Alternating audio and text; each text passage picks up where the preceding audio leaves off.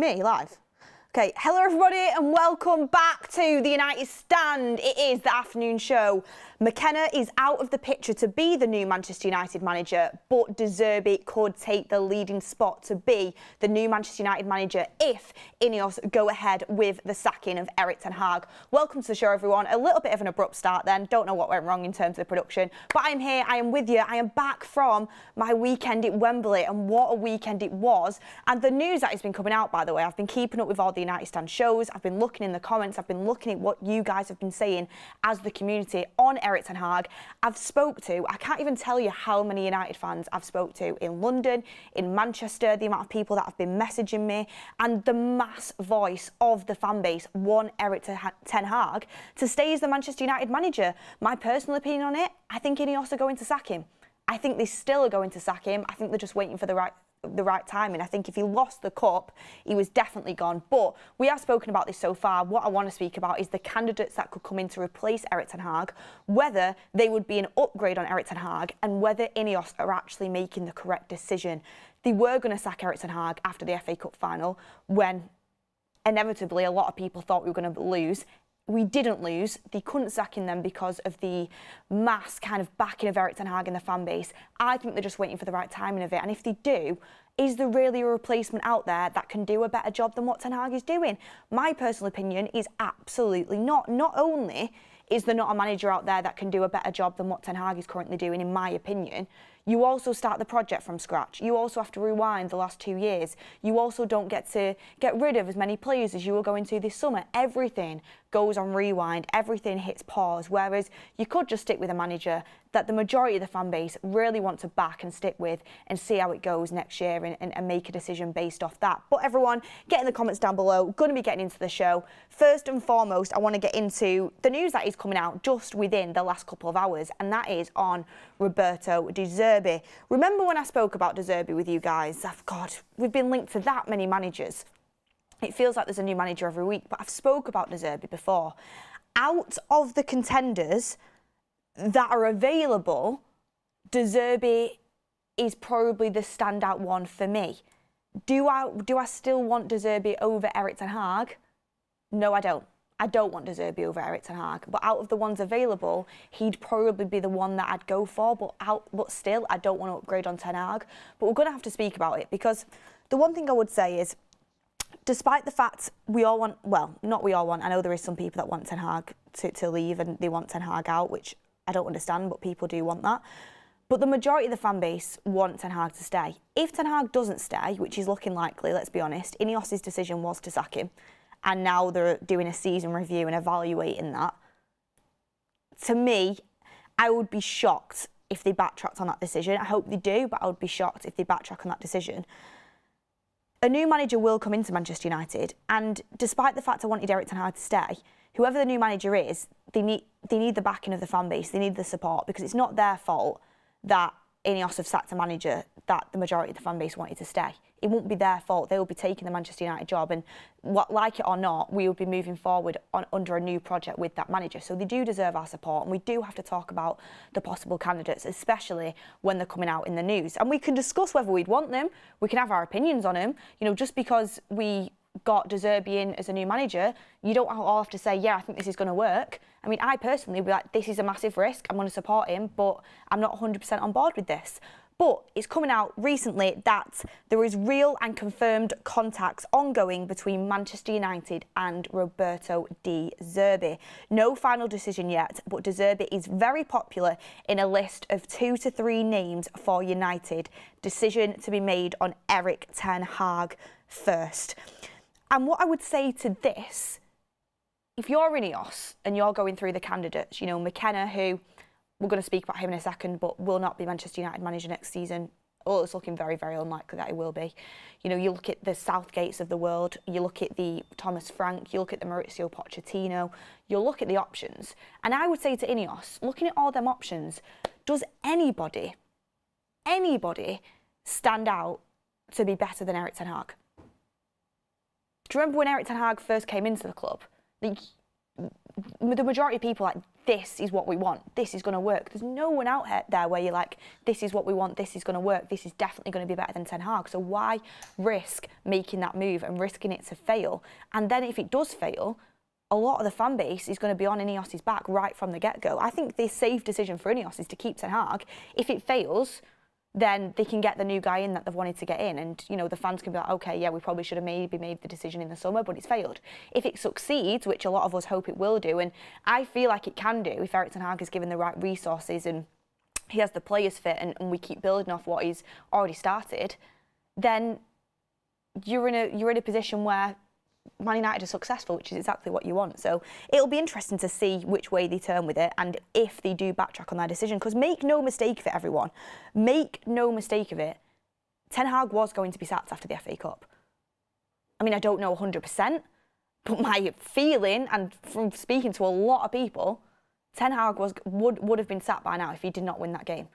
So to me, you don't just change a decision based on one game. As an organisation, I don't think that should happen. I wanted to keep Ten Hag before the FA Cup final. A lot of people did. I don't think you change a decision just based on one game. So for me, this stalling now and this end of season review is literally just a delay to let the FA Cup celebrations die down, and hopefully the fans won't give as much of a backlash when they do decide to announce it, because they'll have delayed it. I think they're looking at timings personally. Got some super chats in, and then we're going to discuss the other options and discuss whether they'd be an upgrade on Ten Hag, because I've got a lot to say. I know Mark's had his say, but I want to have my say, and I want to get your comments in as well. Daniel Pollard says, when do you think that it could be announced then, Beth? Well, we've actually had a report coming in from the MEN and also from Richard Fay as well, saying that Manchester United are not expected to make an imminent decision on Erik ten Hag's future as they continue to conduct their end of season review. So I don't think it'll be quick at all. This is another thing I've got an issue with, because we're at the end of the season. We should be planning together now with a new manager, whether that be Erik ten Hag or whether that not be Erik ten Hag. We should be planning the summer. We should be planning transfers. We should be talking about next season. We should be talking about pre-season.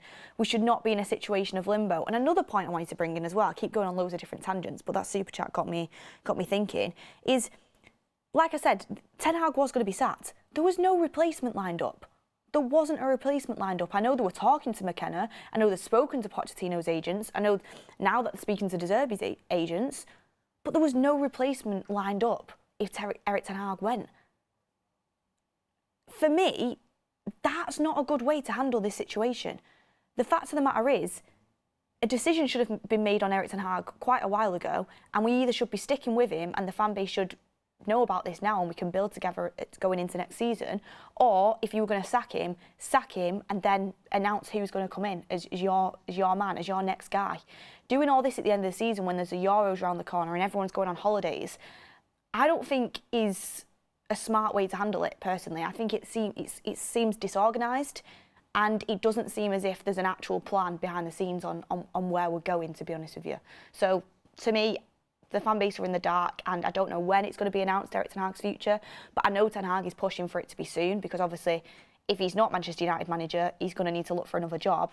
And also if he is Manchester United manager, you want to continue planning and building, and he's on his holidays, but he's in limbo right now. And I feel sorry for Ten Hag the way this has been handled, to be honest with you. I know the guy's on a lot of money. I know he's got one of the best jobs in the world to be Man United manager, but the way this has been handled has been so poor. I think it's embarrassed him. I think the way he's handled it is with absolute class and professionalism, and a decision needs to be made for Erik ten Hag, but also for Manchester United as well. I know that Ineos want to handle transfers. I know that they can get done whether the new manager's in place or not. That's why I've been looking at Elise. That's why we're looking at certain other players. I know Ineos want to take the lead on that with their department, but the manager situation, we should not be waiting weeks on end after the season to finish for a new manager to be announced or for Erik ten Hag to be confirmed. Like, yeah, okay, Pochettino left Chelsea. They've now announced Maresca as the new manager. Like, at the end of the season, Poch was gone. Whether you agree with that decision or not, they happened. They told the fan base they've got a new manager in now. They're getting on with it. United can't be in limbo for that long. You've had, like, what are you waiting for? You've had, Ineos have been in since Christmas. You've had the whole rest of the year to make your decision. You've had the whole year since January to make your decision on Erik ten Hag. One game's not going to change the way that you're thinking. If you're going to sack Erik ten Hag, sack him. I don't agree with it, but do it and let's move on. If you're not, then don't. Give Ten Hag a new contract, we can move forward. I don't want to be in limbo for a long time, but I don't think the decision will be imminent. But what I would say is, I think it has to happen by the end of next week, or else it just gets into a situation where there's so many news stories coming out, you're not preparing for the summer, and that's something that Manchester United need to avoid, because we don't want to look like a laughing stock again, and we have looked like that in terms of doing business in the past. Ineos want to turn over a new leaf, they want to look professional, they want to look like they know what they're doing. So in order to do that, they need to make a decision, they need to make it quickly, and they need to stay strong on whatever the decision they're making. I think they should listen to a lot of the fan base personally, and I think Eric Ten Hag should stay. Whether Ineos do that, I'm not sure, and I don't think they will. More super chats coming in. David Rook says, Beth, I think if Eric Ten Hag is sacked, it will have something to do with his veto power on transfers, not because of his credentials. I think Ineos just want their man. And I think that's a good super chat as well. What we have been told, though, is that Eric Ten Hag was willing to take a step back from that. On that, I would say, when Eric Ten Hag first came into Manchester United, hello, of course he wanted a veto on transfers and wanted power. He was dealing with Richard Arnold and John Murtough, no disrespect, but people that are not very well, respected in their field, let's be honest, and were not very good at their jobs. So of course Eric Ten Hag wanted some veto power, because he didn't have best in class around him to do that for him. He had to handle a lot of that himself. Now that Ineos are providing him with a team around him that actually are best in class, well, we hope are going to be best in class, but the credentials are high, they are well respected, they come in with a lot of expectation, then if you're Eric Ten Hag, do you know what? Back then, I didn't trust those around me to do that work for me, but now you've actually got in some people that know what they're doing. I am willing to relinquish a little bit of that power, but at the same time, I am in the position where, do I think Eric Ten Hag should handle transfers? No. I do think there should be a team around him that do it, but I do think a manager at a club should have a say and should at least have some sort of power over the players that they're going to be managing and coaching. Eric Ten Hag is a manager that is stubborn and does want power. I want a manager like that at Manchester United. I don't want a coach that's just going to roll over and just kind of, do exactly what the board above them are telling them. I want a coach that has power, has a strong opinion, believes in himself, and I think it's important you get that balance. Do I want Eric Ten Hag to have full control? Absolutely not, because I don't think his signings have been the best, to be honest. For every Lisandro Martinez, there's been an Anthony, and there's been, players that haven't been good enough. But also, I do think he should have some sort of a say, and I think Eric Ten Hag is willing to take a little bit of a step back. I honestly do think that, based on what I've heard. So I don't buy that excuse personally. I just think they want their own man. It's as simple as that. I Got the Juice says, football's a business, fans are customers. Why upset your customers getting rid of a product they want? That's a recipe for failed business. Well, I've got a lot to talk about, and one thing I do want to talk about is this whole debacle that's going on online at the moment. It's Ineos shouldn't listen to the fans. Yes, they should. I'm not saying they should base the whole decision off what the fans think, but I've seen a lot of people online discrediting fan opinion. And, just because certain fans don't have, a load of credentials behind them doesn't make their opinion small. I think a fan base definitely should hold some weight in terms of opinion, and I'll tell you why in a second. Paul S says, Beth, please explain UEFA rules regarding Nice and Manchester United, both with Zerbi in ownership. Since Nice finished higher in their league, does that mean United get punted down to the Conference League? No, there is a loophole in that. Manchester United will be in the Europa League next season. It's not going to affect Manchester United. I think there's a lot of scaremongering going on with that. But yeah, everyone, keep getting your super chats in. Please hit a like on the video. It's great to speak to you all. Seeing a lot of chats coming in. It's really great to speak to you all. But on Zerbi, like I said, out of the options that were there, would be my first choice. But also, if you ask me now, Zerbi or Ten Hag, Ten Hag's my first choice. I'm picking Ten Hag every day of the week. But in terms of the options that Manchester United could go for, it is coming in from Peter Hall, and there is a lot of noise around this. McKenna is going to get a new lucrative contract, and it could be set to be announced today. Kieran McKenna of Ipswich apparently going to sign a new lucrative contract with them. And what I would say to this is, I honestly think his agency has played a blinder, and you got to do what you got to do. Football is a media game a lot of the time. I do think Manchester United had contact with McKenna. I do think Manchester United were very keen on McKenna, but I also think agencies involved sometimes leak stories to the media, get the name out there, get the noise out there in order to secure new deals for their client. It's what happens. I mean, isn't it a coincidence that Chelsea and, you know, United were both very, very, very interested in McKenna all last week, and then now we sign a new lucrative deal with Ipswich. Credit to McKenna, by the way, because, you know, I do think there was interest in him. I don't think it was all made up. I do think there was interest in him. But I think it's absolutely the right move of his career to either stay at Ipswich, or I actually thought Brighton was going to be a fantastic move for him. I know Brighton wanted him.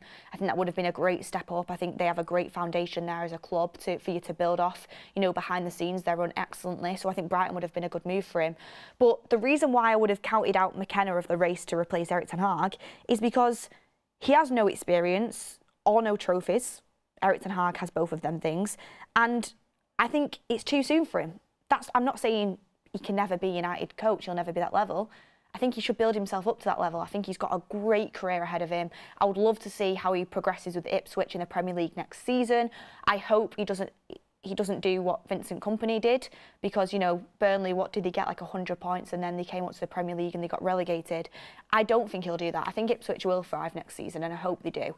He's got, you know, there's a lot of anticipation, there's a lot of potential there with McKenna, but I think that jump up to Manchester United would have been too quick. So I think his agency's played a blinder in getting him a new deal. I also think he's obviously realised that the best thing for him is to not, what's the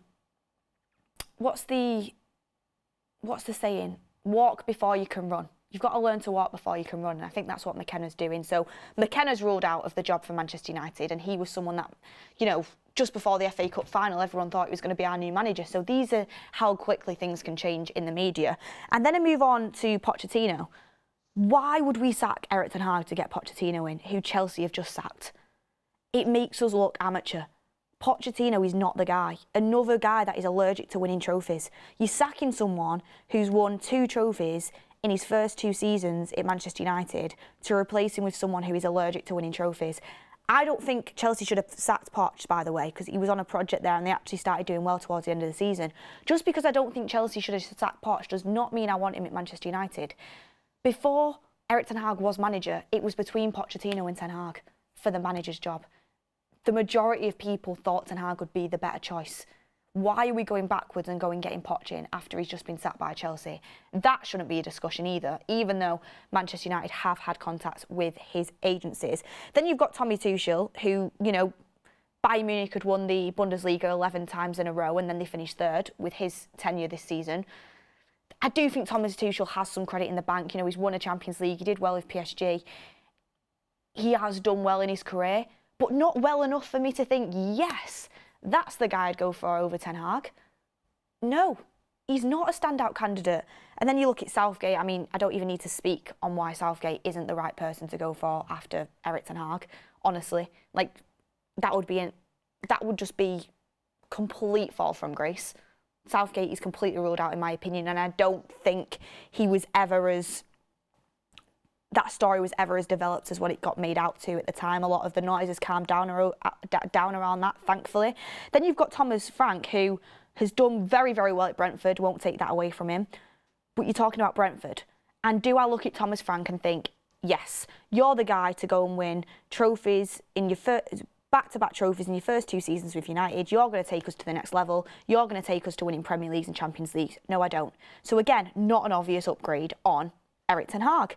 So unlike when it was Van Gaal and there was Mourinho there and everyone wanted Mourinho, you couldn't pass up on that opportunity. We went and got Mourinho. He was the obvious replacement. Ole Gunnar Solskjaer left. A lot of people wanted Erik ten Hag. For me, he was a step up from Ole. It's the obvious replacement.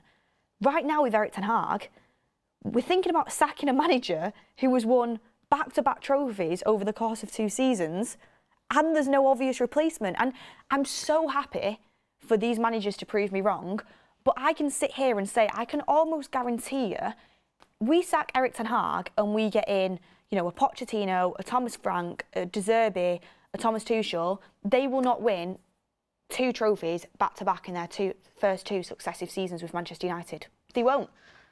And people say, well, they might not come 8th, Beth, and get the points that Erik ten Hag did this season. This season, the league was an absolute write-off. Erik ten Hag has come out, he's held his hands up and said it was a mess. He said, you know, the amount of injuries he had to deal with, not having players available, it's been a massive hindrance to him. I don't think you can use that to as much as an excuse as Erik ten Hag has used. And I'm not saying Erik ten Hag's 100% perfect. There's things he has to improve, there's things he has to adapt to. But no manager is perfect. If you're looking for foundations to build off, he's already in the job. You know, he knows the squad inside out now. The foundations are there to keep building. Why tear all that down to start from scratch with a manager that you don't even know if he's going to be, he's not even certain he's going to be successful. And a lot of the fan base and a lot of people looking at it from the outside looking in, no one's got a standout candidate that they think is going to do well. And even Ineos don't. Because if they did, Ten Hag wouldn't be in a job right now and there'd be a new manager in. Like, even Ineos don't have a number one target who they want because no one stands out. So for me, it's obvious that we should keep Erik ten Hag and go with what a lot of people are thinking. I mean, I've even spoke to Liverpool fans and they're not even bantering. I spoke to City fans that have said, you know what, I actually think you should stick with him. I don't see anyone now really coming in and taking it up to the next level quite quickly. Stick with him, see how it goes next season. So that's my thoughts on it, and get in the comments down below what you're thinking. And if you would want a Zerbi, what do you think about that? I think it'd be the best out of a bad bunch. I don't think he's ready yet. I think it's too risky. Let me know in the comments. Got a couple more super chats in. We've got Naito saying, we're complaining about deals taking too long. Ineos have to be proactive. It's not their fault if there is leaks before the FA Cup. They have to talk with other agents/managers in order to be on the front foot regardless. Naito, I get that, but my point on this, and thank you for your first super chat, is that if they were going to sack Ten Hag, we should have been speaking about that before the FA Cup final, and we should have been interviewing people way before the FA Cup final. It shouldn't have been leaked just 24 hours beforehand, and we shouldn't have been being told, you know, Ten Hag's going to be continuing into Manchester United next season, because Erik ten Hag was speaking in his press conference saying that he's been told that he's the one they're building the project off. If they were going to sack Erik ten Hag, that should have, like, we should have been interviewing candidates weeks ago, months ago even, because you could have known that then. And then if we were going to stick with Erik ten Hag, you know, why hasn't there been an announcement yet? Because you were going to sack him and now you're worried about fan backlash. That's what I think it is. Pran Tech Gaming says, sacking Ten Hag will be risky when the manager market is not favourable, considering player power present in club and unaware by Ineos. Let the structure settle.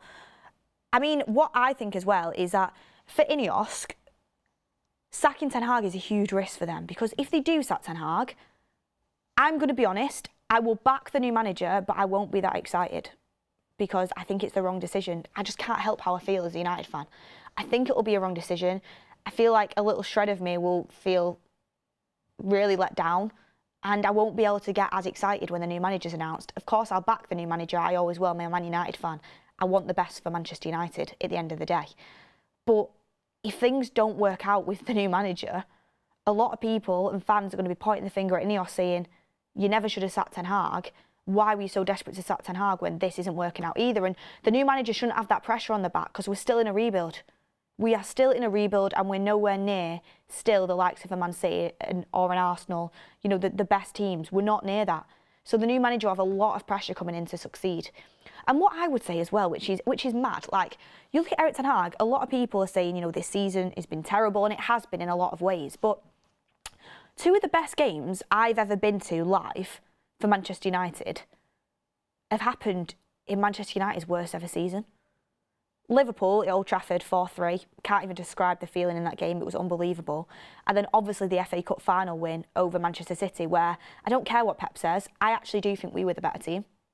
Yeah, they had more of the ball. Yes, okay, City are dominant. But we defended absolutely excellently. We played as a team. We fought for everything. We took our chances. I thought United were the better team. I thought Erik ten Hag played an absolute masterstroke with Bruno false nine. He got his tactics dead on. And I think Pep got his tactics wrong. So, best two games I've seen have been in Manchester United's worst ever season.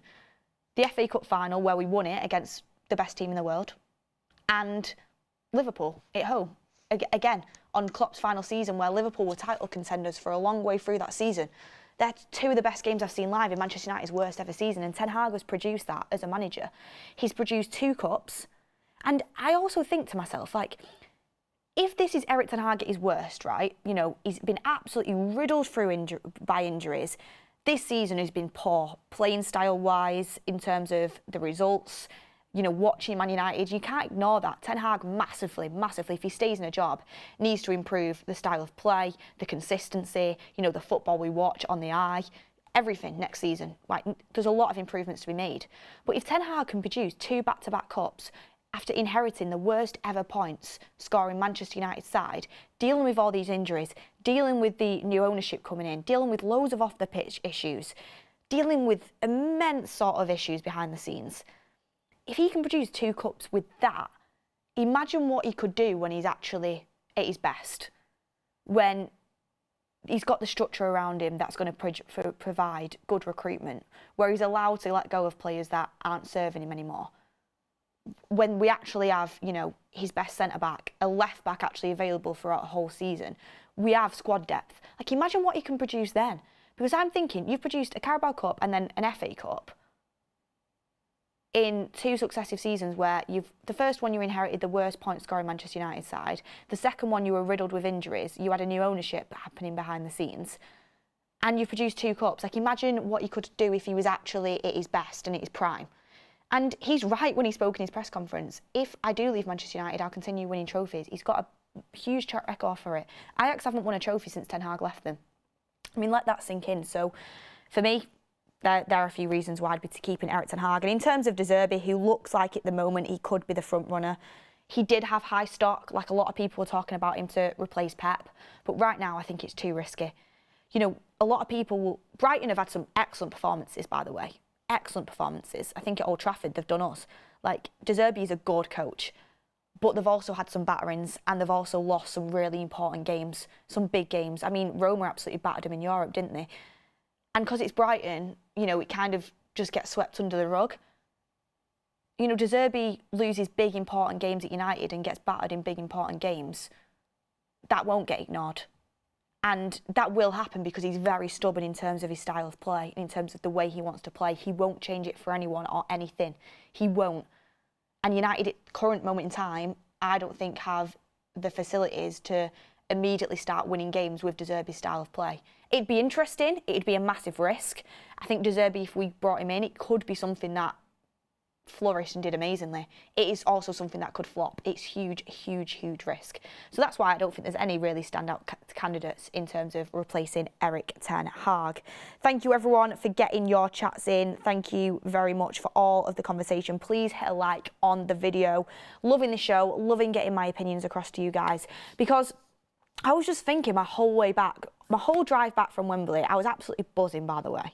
Like, buzzing. Like, I couldn't stop listening to, you know, I watched the fans forum, watched the final score. I was watching everything I could in terms of to do with Manchester United. I was so happy. They posted the full game on YouTube, I think it was the FA Cup yesterday. I even watched back huge portions of the game. It was an unbelievable experience. Keep watching the videos back. It was massive. But all I kept thinking was, I don't get how they can sack Erik. I don't get how they can do it, but it looks like they're going to. Hopefully we'll have an update on his future sooner rather than later. And as well, I wanted to bring up everyone who complained that, you know, when he won the Carabao Cup last year, well, you didn't even play anyone decent until Newcastle in the final.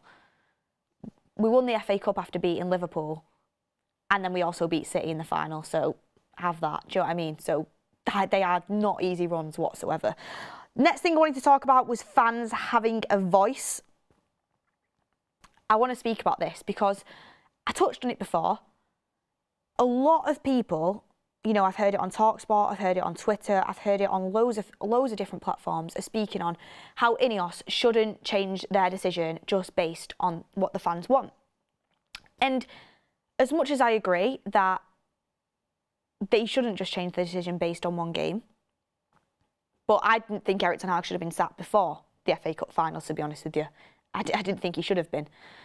But I do think Ineos should listen to fans. I think they absolutely should listen to fans.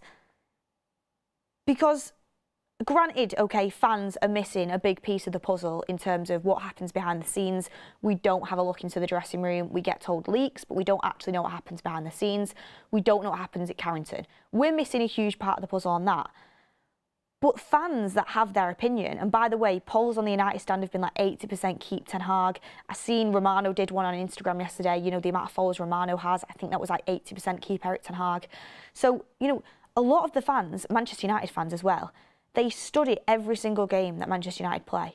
They've been watching Manchester United for years. Every game, they're following the news stories, they're following everything that's happening off the pitch, on the pitch. You know, we're watching the United stand, or you're watching, you know, you're watching, keeping up with fan content about what's happening with Manchester United. You're reading the papers about what's happening with Manchester United.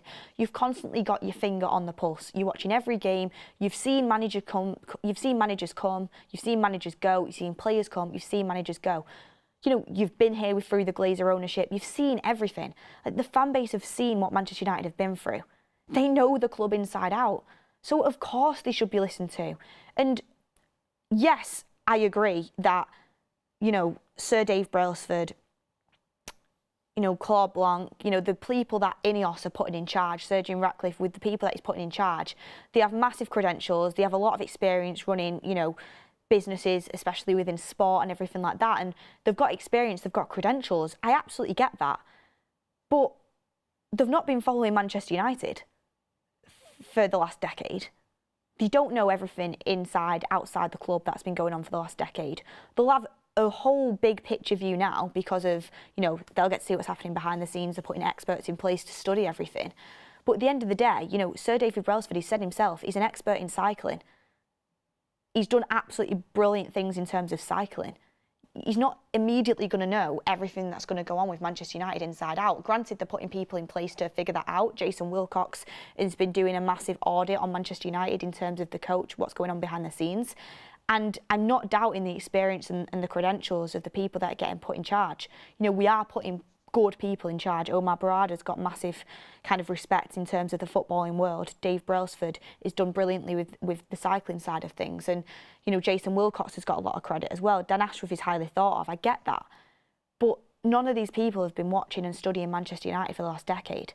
So I do think the fan base should be listened to. I'm not saying the fan base know more than these people. They have, you know, bigger parts of the puzzles to kind of fill themselves in. They've got, you know, the time to go through everything in a professional way. I get all that, but the fan base should have a huge say. Like, look at Bayern Munich fans. They have a massive say. They vote on stuff that happens with Bayern Munich. So in terms of who's in charge of making these decisions, they have more resources than us, I get that. But the fan base, don't discredit them and don't just brush off fan opinion. Like, they have been with Man United through the bad times and the good times for a long time, and I would like to think that our opinions matter and I value, like, the community. There's people in the community, yeah, we agree, we disagree on stuff. I'll have people in the comments going at me for Onana.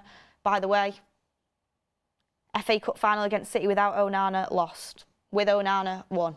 Just saying, everyone. But there'll be people in the comments that, you know, have a go at me on my opinions on Onana, disagree with me on certain stuff, like loads of things. And I'll agree with you on certain stuff, I'll disagree on certain stuff. Me and Mark, we agree on certain stuff, we disagree on certain stuff. But I massively value your guys' opinions because I know that you're doing research, you're watching the games, and you're a Man United fan. You want what's best for the club. So I actually do think that is why Manchester United fans' opinions should matter. And I think that is also why Ineos are doing this end of season review, which everyone knows should have already been done by now. Why are we taking another 2 weeks to do an end of season review? Haven't you been meant to be doing that all through since you've come into the club? Why are we taking another 2 weeks? Oh yeah, because you were going to sack Ten Hag, and now you know that the fan base would be in uproar if you do that. So you're figuring out what you're going to do. So if the U-turn on the decision because of the fan base, I'm not going to sit here and say they shouldn't have U-turned on the decision because of the fan base, because I do think the fan base should have a voice. And at the end of the day for Ineos, if they keep Ten Hag, the fans will be happy, the majority of them. If it doesn't work out with Ten Hag, they can bring in the new guy with a little backlash. When it happens, they can move on with the project then. If it works with Ten Hag, you're successful. I just think for them, in terms of they've just come into the club, I know that they're strong. I know there's a lot of reports saying they're not going to listen to the noise. They believe in themselves. They're going to be stubborn on their decisions. I get all that.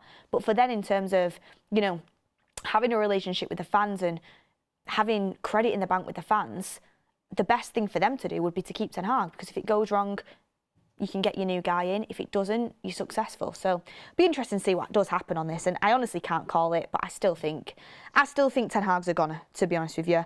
Last but not least, what I wanted to speak about on the show today is Sofyan Amrabat.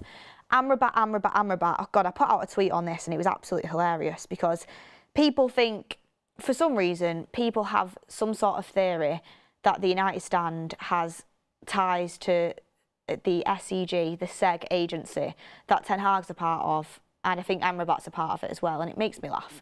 Just because I want the manager to stay at Manchester United, apparently we have ties to SEG, which is absolutely laughable. There's absolutely zero truth in that whatsoever. I mean, shouldn't even have to speak about it, to be honest with you, because it just makes me laugh when people are so certain on that sort of stuff. But it's not going to let me change my opinions on things. And I put out an opinion on Sofyan Amrabat, and because he's part of SEG agency, people think that's why I think he should stay at Manchester United. It's absolutely not. You know, if anyone would have seen, I wanted Amrabat before we signed him. Then he got signed. I got absolute dog's abuse for saying that I wanted him because he, let's be honest, across the season for Man United, he wasn't that good. He's come good towards the end of the season. But I think there's a lot of reasons for that. First of all, we signed him injured. Second of all, he had zero pre-season to catch up with the team. Third of all, he got played at full-back, and then he was in and out the team and barely got a look in. So I think you're kind of seeing the real Amrabat towards the end of the season. And even in the Brighton game, to be fair, he had a bit of a stinker. But, I mean, the cup final, he was absolutely phenomenal. So there's definitely a player there with Amrabat. I'm not saying he should be a first-teamer. But what I wanted to say on Amrabat is, for the money that it's going to cost us to keep him, which is around 20 million, I would sign him. And it's not reactionary. It's not reactionary, because I'm going to tell you my reasons why I would sign him. And I'm not signing him to start next year. I'm not saying, oh yeah, Amrabat should start every game for us next year. I'm not saying that. It's a squad game, and Manchester United needs squad depth. I would sign Amrabat as a backup six. A backup six, not a starting six, a backup six. Casemiro is going to leave Manchester United. Hopefully he's going to leave, and that's no disrespect to him. He was unbelievable last season. This season, you know, his form fell off a cliff. I just think it is time to move on from Casemiro. It looks like, and Romano said it on the show, it's looking more and more likely that Casemiro is going to leave. So we're going to have to invest money in replacing Casemiro. And I think we should do that, by the way. I think we should sign a brand new number 6 to replace Casemiro. Someone elite level, with a lot of potential, right age, that is going to partner Kobbie Mainoo and take us forward as the holding midfielder for Manchester United for years to come. I think that's a really, really, really important position that Manchester United signed this summer. A lot of people talk about a hybrid 6/8. The midfielder that we signed to replace Casemiro is a massively important signing, and I do think we should sign someone new to fill that void and to fill that spot. I think it's a massive signing we need to make this summer. Ten Hag, in his interview before the FA Cup final with that Dutch outlet, said that, you know, we need a centre-back to replace Varane. He spoke about getting another striker, and he also hand-picked a midfielder in terms of that position. We need to get a central midfielder. So a midfielder is absolutely crucial to replace Casemiro, and I think we should sign a new one. But then it looks like Eriksen's probably going to go as well. And you can't just have one. You can't just have the Casemiro replacement, whoever that may be, and that's it. You need a backup. And I think as a squad player for around 20 million, and with Amrabat, you know what you're getting. He knows his place in the squad. He's not going to be demanding a starting position every week. You know, he works incredibly hard. I think he complements Kobbie Mainoo very well, actually. The games that they've played together recently, I don't think it's a shock that Kobbie Mainoo has had some of his best games when Amrabat's played with him, because he just does all the simple stuff and allows Kobbie Mainoo to shine. Kobbie Mainoo was fantastic in the cup final, and Amrabat was fantastic as well. I think they complement each other really well, actually.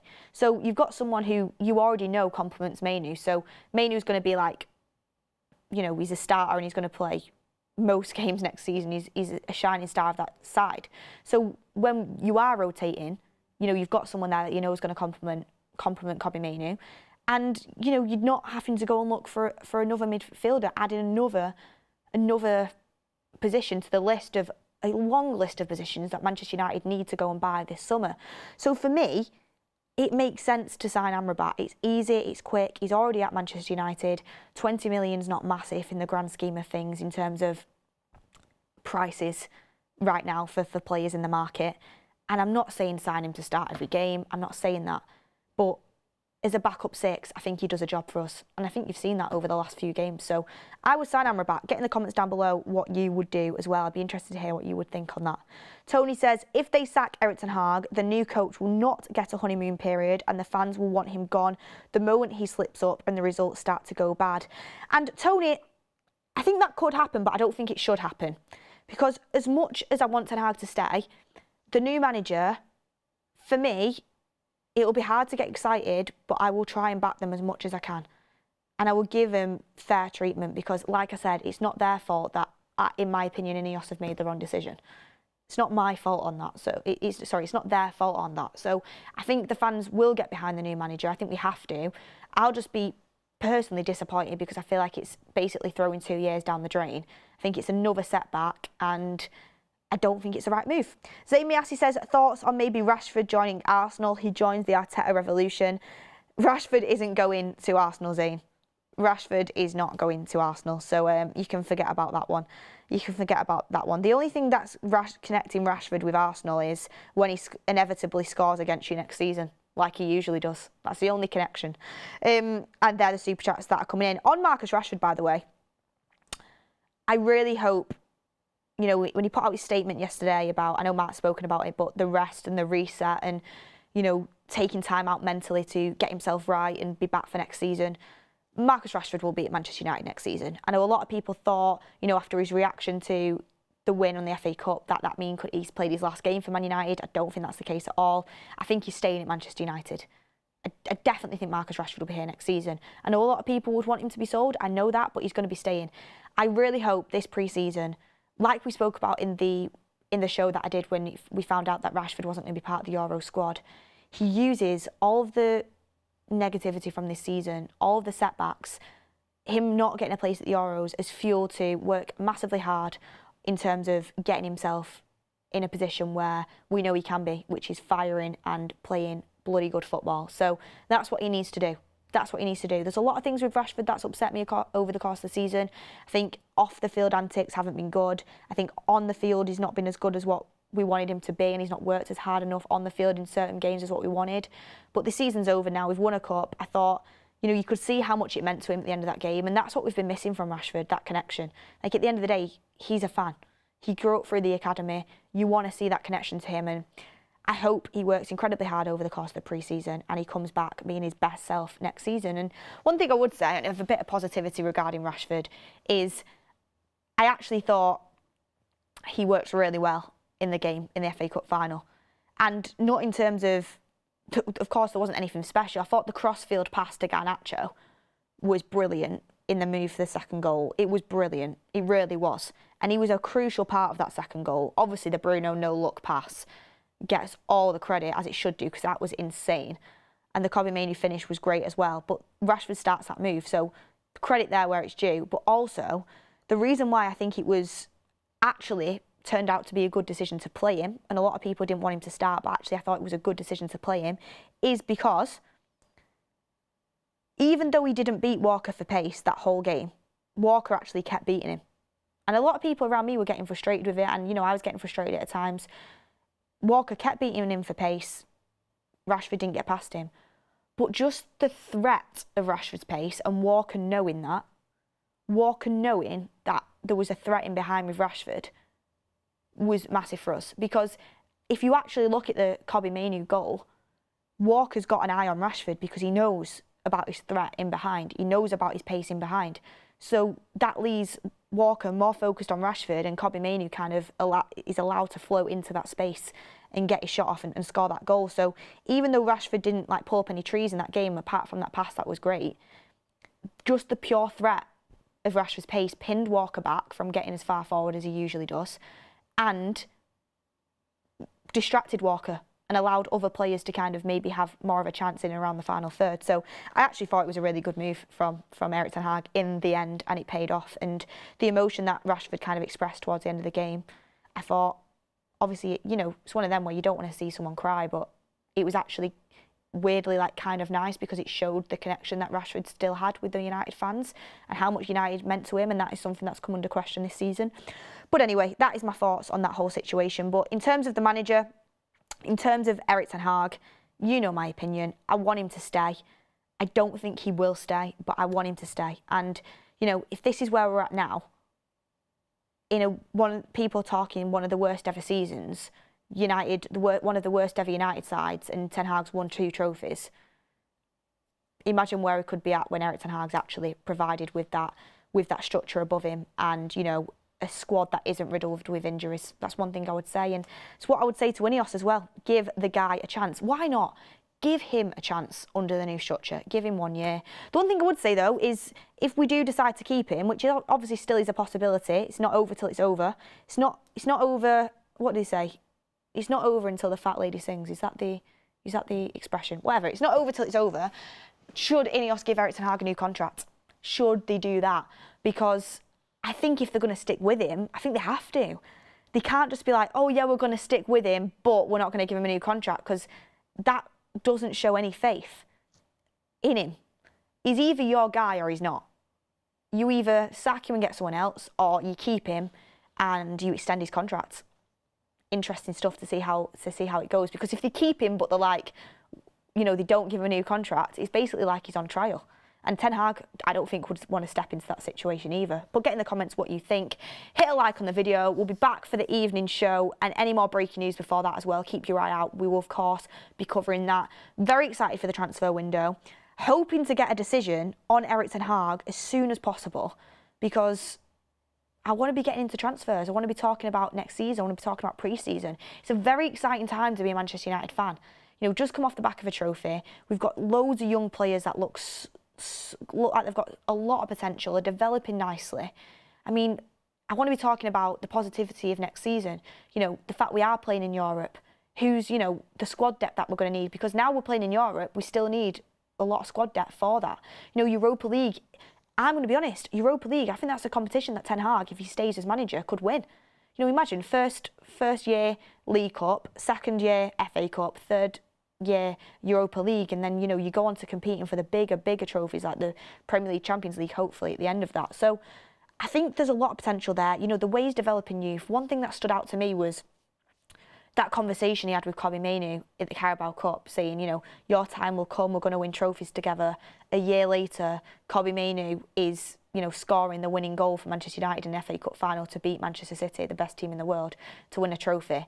And he gets a yellow card quite early doors, and Ten Hag trusts him to play the full 90. It's just the relationships are developing there. There's a lot to like. So that's why I want Erik Ten Hag's future wrapped up quickly, so we can move on to the positives. We can move on to the pre-season, players that we want to sign, deals that we can do, and we can look forward to next season, because it'll come round quicker than you think. But look, everyone, thank you so much for watching. Really appreciate all the comments, all the super chats, the likes on the video. Make sure you stay tuned for more content coming. And let's hope that Erik Ten Hag does stay in a job. More updates coming to you as soon as we get them. Thanks for watching, everyone, and we will see you on the next one.